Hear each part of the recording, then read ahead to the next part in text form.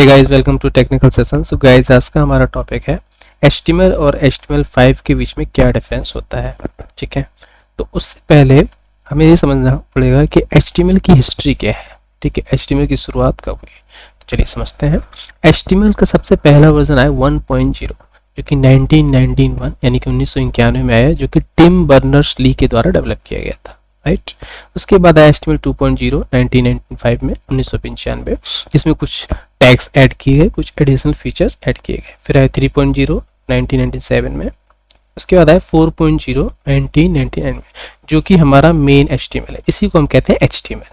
ठीक है, उसके बाद आया XHTML, जिसे कहते हैं extensible hyper text markup language, जो कि 2000 में आया। ठीक है, इसके ऊपर ऑलरेडी मैं वीडियो बना चुका हूं कि HTML और XHTML में क्या डिफरेंस होता है, XHTML क्या होता है और उसका प्रैक्टिकल एग्जांपल कैसे यूज करते हैं। ठीक है, लिंक डिस्क्रिप्शन में शेयर कर दिया है, आप वहां से इजीली देख सकते हैं। उसके बाद आया हमारे पास HTML5, जिसमें कुछ एडवांस टैग आए और कुछ टैग रिमूव भी कर दिए गए, जो कि आए 2014 में। ठीक है, ऐसे टैग जो कि HTML में थे लेकिन HTML5 से रिमूव कर दिए गए, applet, dir, frame set, frame, no frames, strike, big, base font, font, centre और टीटी। ठीक है, फ्रेम वगैरह के ऊपर ऑलरेडी मैं वीडियो बना चुका हूँ, लिंक डिस्क्रिप्शन में शेयर किया, आप वहाँ से इजीली देख सकते हैं। उसके बाद कुछ नए टैग्स जो कि HTML में नहीं थे और HTML5 में ऐड किए गए, audio, video, article, source, embed, progress, header, canvas, footer और बहुत सारे ऐसे टैग्स।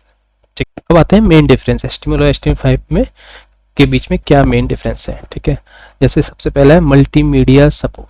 ठीक, ऑडियो वीडियो वाला जो टैग है वो आपके HTML में नहीं होता था और HTML5 में ये दोनों टैग ऐड हुए, जिसकी मदद से आप अपने वेब पेज में वीडियो और ऑडियो ऐड कर सकते हैं। स्टोरेज, HTML का जो पुराना वर्जन था उसमें डेटा जो स्टोर होता था कुकीज में होता था, लेकिन अब आपके पास HTML5 में कुकीज की जगह आप लोकल स्टोरेज का यूज करके डायरेक्टली डेटा को सेव कर सकते हैं।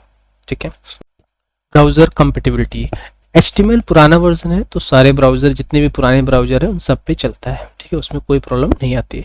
लेकिन HTML5 में क्या हुआ कि कुछ टैग नए ऐड हुए, कुछ पुराने रिमूव कर दिए गए। राइट, तो वो आपके जितने भी नए ब्राउजर है उन सब में सपोर्ट करता है। ठीक, ग्राफिक्स सपोर्ट, HTML जो पुराना वर्जन था उसके लिए ग्राफिक्स के लिए हमें Adobe flash, VML, Silverlight use करना पड़ता है इन सारे टूल्स को, लेकिन HTML5 में क्या करता है, ये ऑलरेडी सपोर्ट करता है बाय डिफॉल्ट, तो कुछ आपसे अलग से इंस्टॉलेशन करने की जरूरत नहीं है। Vector and graphics, vector and graphics के लिए भी आपको कुछ टूल की जरूरत पड़ती है, लाइक सिल्वरलाइट, फ्लैश, VML पुराने वाले HTML में, लेकिन HTML5 में SVG एंड कैनवास का फीचर है तो आप डायरेक्टली इसको यूज कर सकते हैं। शेप्स, HTML के पुराने वाले वर्जन में कोई भी शेप ड्रॉ करने में प्रॉब्लम आती थी, पॉसिबल था ही नहीं, लाइक सर्कल, रेक्टेंगल, लेकिन आप HTML5 में डायरेक्टली इसे ड्रॉ कर सकते हो। मोबाइल फ्रेंडली, जो आपका पुराना वर्जन था वो मोबाइल फ्रेंडली नहीं था, उससे आप रिस्पॉन्सिव वेब पेज नहीं बना सकते थे, लेकिन अब HTML5 का यूज करके आप इजीली मोबाइल फ्रेंडली वेबसाइट बना सकते हो।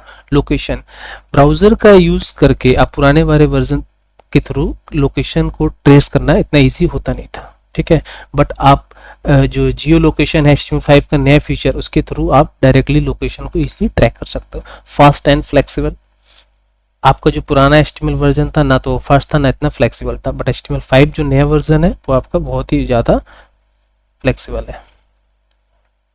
डॉक टाइप डिक्लेरेशन, पुराने वाले HTML वर्जन में यानी कि HTML4 में बहुत बड़ा में डॉक टाइप डिक्लेरेशन लिखना पड़ता था। ठीक है, लेकिन आपका जो नया HTML5 है उसमें छोटा सा डॉक टाइप डिक्लेरेशन है। कैरेक्टर इनकोडिंग, इसके लिए कैरेक्टर इनकोडिंग जब भी हम करते थे तो बहुत सारा कोड लिखना पड़ता था हमें HTML 4.0 में, बट आपको यहाँ पर मेटा टैग के साथ छोटा सा UTF-8 इनकोडिंग बस लिखना होता है। ड्रैग एंड ड्रॉप फीचर आपके पुराने वाले HTML वर्जन में नहीं होता था, बट आपका क्या होता है HTML5 में ये फीचर अलाउ।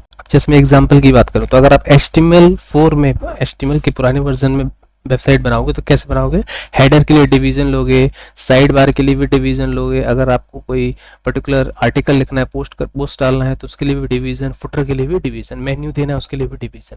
लेकिन HTML5 में ऐसा नहीं, इन सब के लिए इंडिविजुअल टैग्स है आपके पास। हेडर के लिए हेडर है, मेन्यू के लिए नेविगेशन है, आर्टिकल या ब्लॉग के लिए आपका आर्टिकल है। ठीक है, साइड के लिए असाइड यूज होता है, फुटर के लिए फुटर यूज होता है।